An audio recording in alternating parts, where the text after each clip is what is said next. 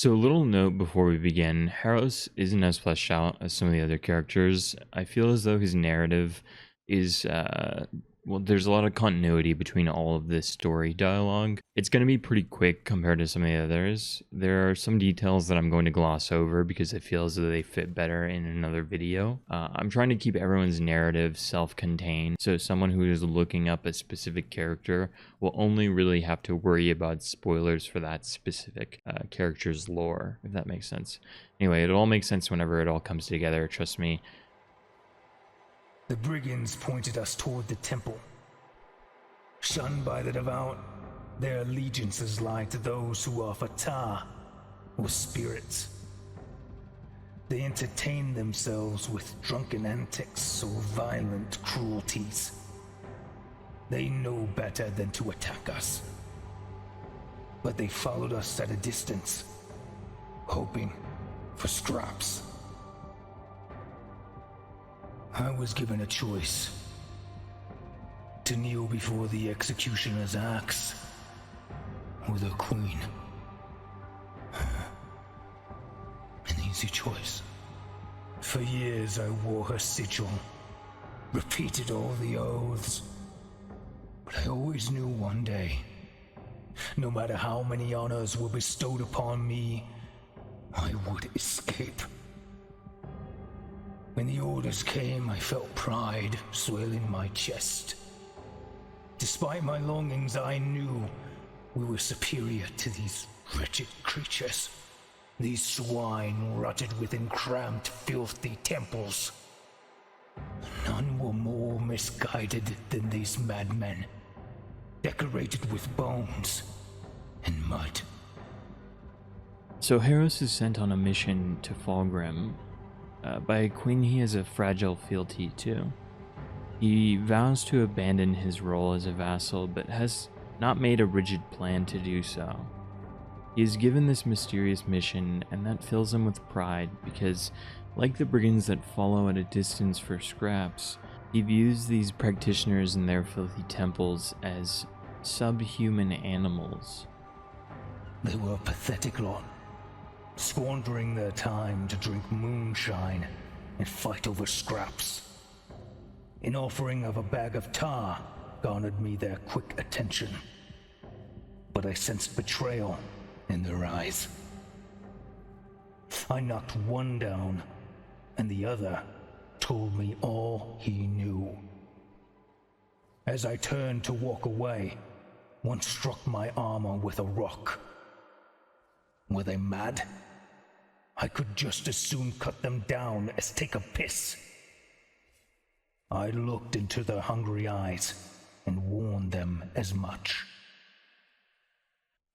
During this mission, he meets brigands. He attempts to bribe them for information with tar, but he's paranoid that they will betray him. The brigands fell upon us with crude knives.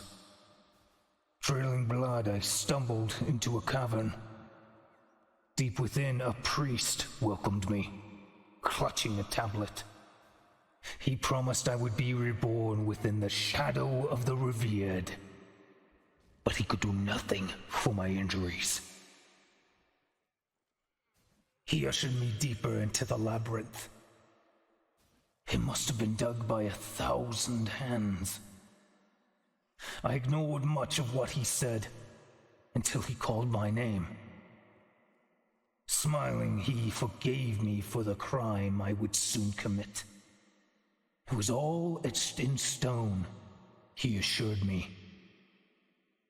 These were the ravings of a madman. The madman, I would come to realize, was not burdened with delusions, but truth. Yet the wary ear corrupts honest words into lies. I took him for a spy and cut him down. How else could he know so much about me? He had condemned himself with each utterance. Some people believe that this is describing how Harros kills Solomon, and while I think that is a totally valid theory, let me explain why I don't believe it. Firstly, Harros describes the man as a priest.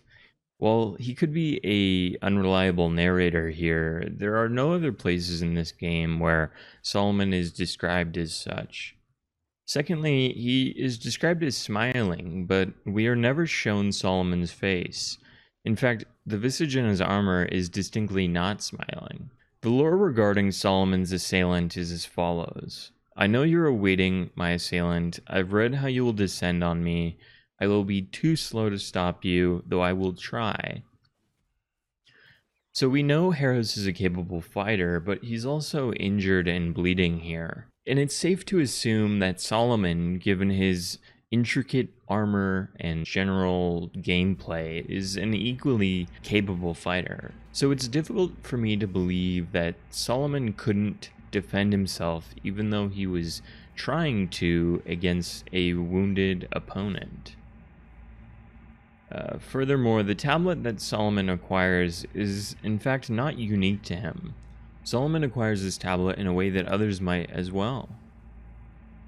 I also think it makes more sense from a narrative standpoint. In the interest of time, I'll refer you to the Solomon video where I discuss who I believe actually to be his killer. However, please do note that these are my own opinions, and if you think Harros kills Solomon, that is an equally valid one. There is seemingly no concrete evidence to say one way or the other. With that said, let's continue. First, I heard the squeals as if from 100 mouths. Then I saw her, the Revered, a writhing mass of sinew, as if all at once she was splitting apart and coalescing. Is it salvation to look upon her? Deliverance? I knelt, losing my strength. I wanted to look away, and yet she was all I wanted to see. Harros loses the will to fight upon seeing the slurry of blood and earth. He states, birth and death are indistinguishable. He wants to leave, but cannot. I watched as something swam beneath her belly. Her flesh sloughed from the bone and poured forth like mud, drowning the worshippers in a slurry of blood and earth. Birth and death were indistinguishable. I should leave, find safety. But I dragged myself closer as the prayers of the devout filled my ears. I couldn't lift my sword. I couldn't kill mother and child. We had vowed to slay this false god. Yet this promise was no more than a coerced pledge. What difference does it make which master we serve? We will serve all the same.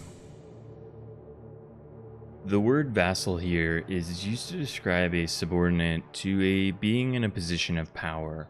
It typically carries a feudal context, but here it's used in a sort of irony. Upon seeing this Revered, he immediately changes allegiance and vows to serve, claiming it makes no difference whom he serves, because ultimately it's all irrelevant.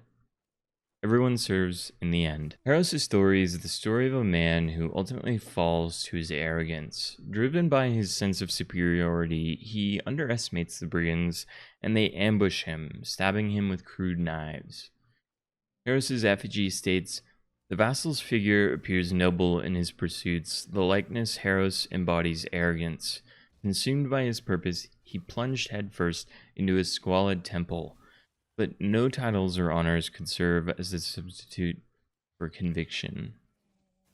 Conviction here can mean a firmly held religious belief, but in this context, I also believe it implies a kind of guilt.